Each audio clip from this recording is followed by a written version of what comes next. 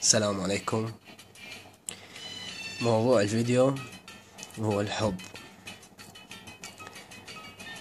نتابع على موقع الفيسبوك أقوال كثيرة عن الحب، وكل الشباب بالفيسبوك والبنات يحجون عن الحب، وكأنما تشاهد اللي موجودين على الفيسبوك وعلى موقع تويتر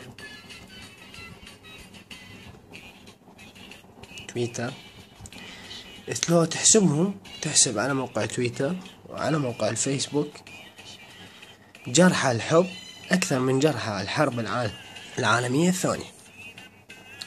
الحب منو طيح حظه؟ موضوع هذا الفيديو الحب.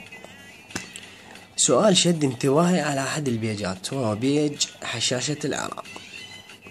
الآدمن يقول إنه البنية ظالمها المجتمع، لأنه ما تقدر تحب، ما تقدر تعبر عن مشاعرها، يظلمها المجتمع. بينما مجتمعنا مطي مطلق الحرية للشاب، يحب، يصادق، يطلع، يطب، ما حد يحاسبه. بس البنية تحاسب مجتمعنا لأنها تحب. مو هيك يابا.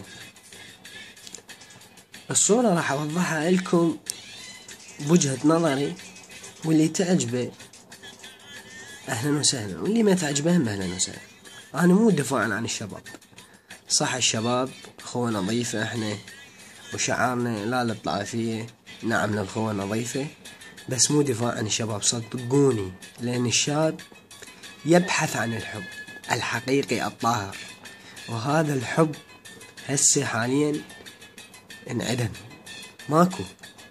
ماكو حب حقيقي، كلهن مصلحجيات، كلهن كذابات.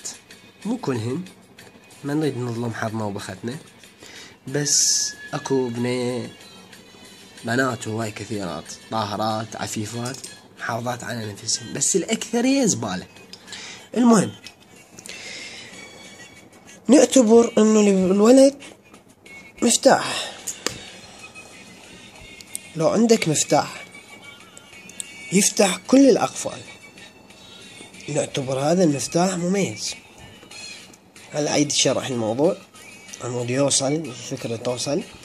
نعتبر الولد مفتاح والبنية قفل، وقع القفل. المهم، الولد مفتاح، البنية قفل.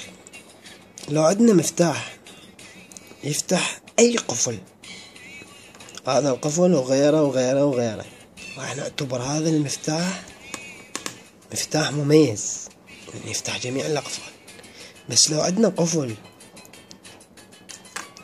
ينفتح بأي مفتاح، راح نعتبر هذا القفل عطلان، نشمره، لأن هذا القفل ينفتح بأي مفتاح.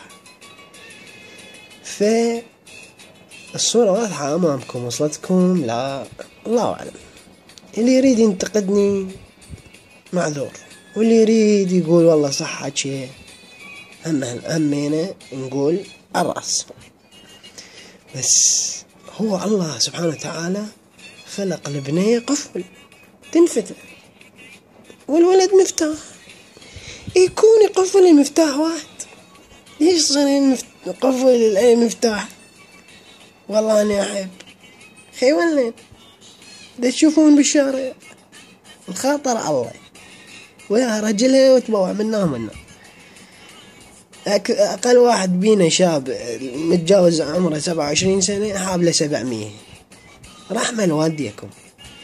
لو تروح تحب لي من جيل سبونج بوب، وتجي تقيس جيل سبونج بوب على كل الشباب، يدري ليش؟